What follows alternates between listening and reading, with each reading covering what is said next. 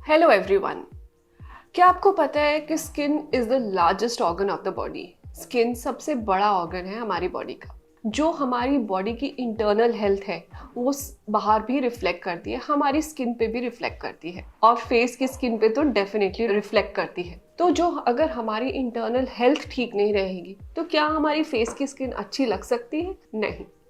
इस पे गौर जरूर करिएगा कि what you put inside your mouth, what you put inside your body reflects और makes a difference to your skin. इसीलिए आज हम बात कर रहे हैं 5 foods that you can take to tackle the hyper pigmentation. Hyper pigmentation को tackle करने के लिए ऐसे क्या चीजें हैं जो आप अपनी डाइट में इंक्लूड कर सकते हैं एंड नेचुरली एक अनइवन स्किन टोन से इवननेस की तरफ जा सकते हैं, एक हेल्दी ग्लो की तरफ जा सकते हैं। तो चलिए स्टार्ट करते हैं आज का वीडियो।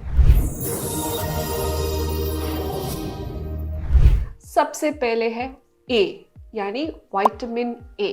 अब विटामिन ए बहुत ज़्यादा इंपॉर्टेंट है क्योंकि वो सेलुलर टर्नओवर यानी स्किन के जो सेल्स हैं किस रेट पे नीचे से ऊपर आते हैं या रीजनरेट होते हैं उसको कंट्रोल करता है, साथ ही साथ ब्लड सप्लाई को भी कंट्रोल करता है। इसीलिए विटामिन ए बहुत इंटीग्रल पार्ट होता है हमारी डाइट का।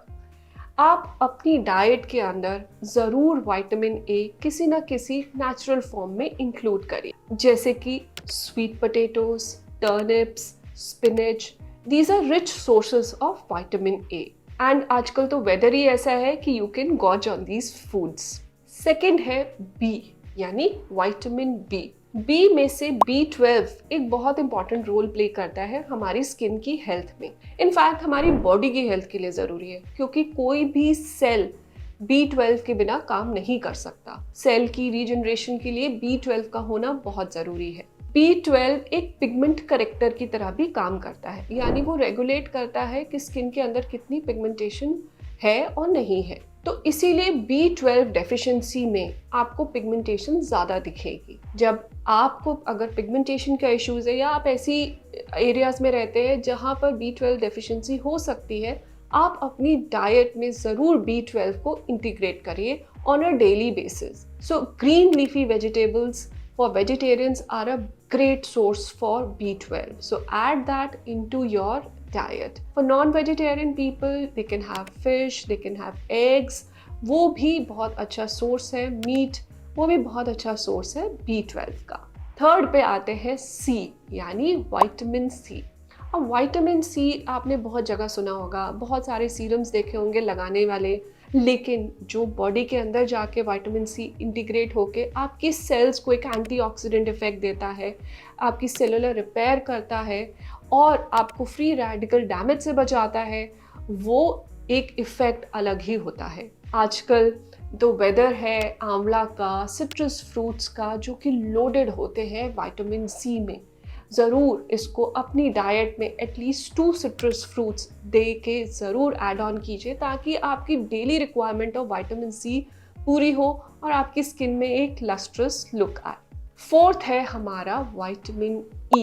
अब विटामिन ई बहुत इंपॉर्टेंट है क्योंकि एक फैट सॉल्युबल विटामिन होने के साथ साथ ये सेल मेम्ब्रेन इंटीग्रिटी को मेंटेन करता है, फंक्शंस को मेंटेन करता है, सेल को टूटने से रोकता है और जो लिपिड और वाटर का बैलेंस है उसको भी बनाने में हमारी मदद करता है, जिससे कि स्किन के अंदर से ड्राइनेस नहीं होती। विंटर सीजन में एक्सेसिव ड्राइनेस भी हो जाती है, इसीलिए विटामिन ई को रिप्लेस करना बहुत ज़्यादा ज़रूरी होता है। विटामिन ई होता है अबंडेंट आपके एप्पल्स में, पोटैटोज़ में, यस हमारे पुराने पोटैटोज़ में।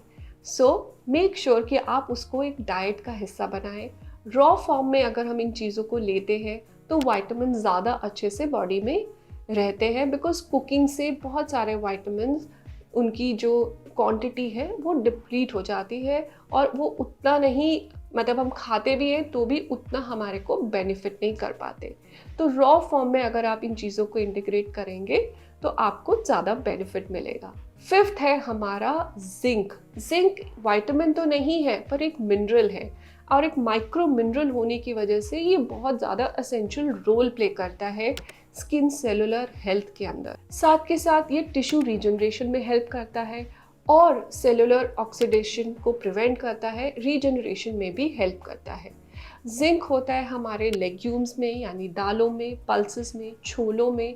ये सारे एटलीस्ट आपको हफ्ते में 3 to 4 टाइम ज़रूर कंज्यूम करना चाहिए ताकि आपकी जिंक की रिक्वायरमेंट पूरी हो जाए। ये सारी चीज़ें एक होलिस्टिक अप्रोच के पोर्टफोलियो में आती है। आप अपनी डाइट से इन चीज़ों को इंटीग्रेट कर सकते हैं। और अगर आप पिगमेंटेशन से जूझ रहे हैं, आप 3 मंथ्स इसको ज़रूर इंटीग्रेट करिए ऑन अ डेली बेसिस। ये मत सोचिए कि मैंने एक हफ्ता खाया अभी तो कुछ चेंज नहीं हुआ। No, it takes time for the results to show. So at least आप इसको 3 मंथ्स यूज़ करिए एंड देन फिर मुझे बताइए कि इन फूड्स ने आपको कैसे हेल्प किया आपकी पिगमेंटेशन को रिड्यूस करने में। Till the next time, stay healthy and stay safe.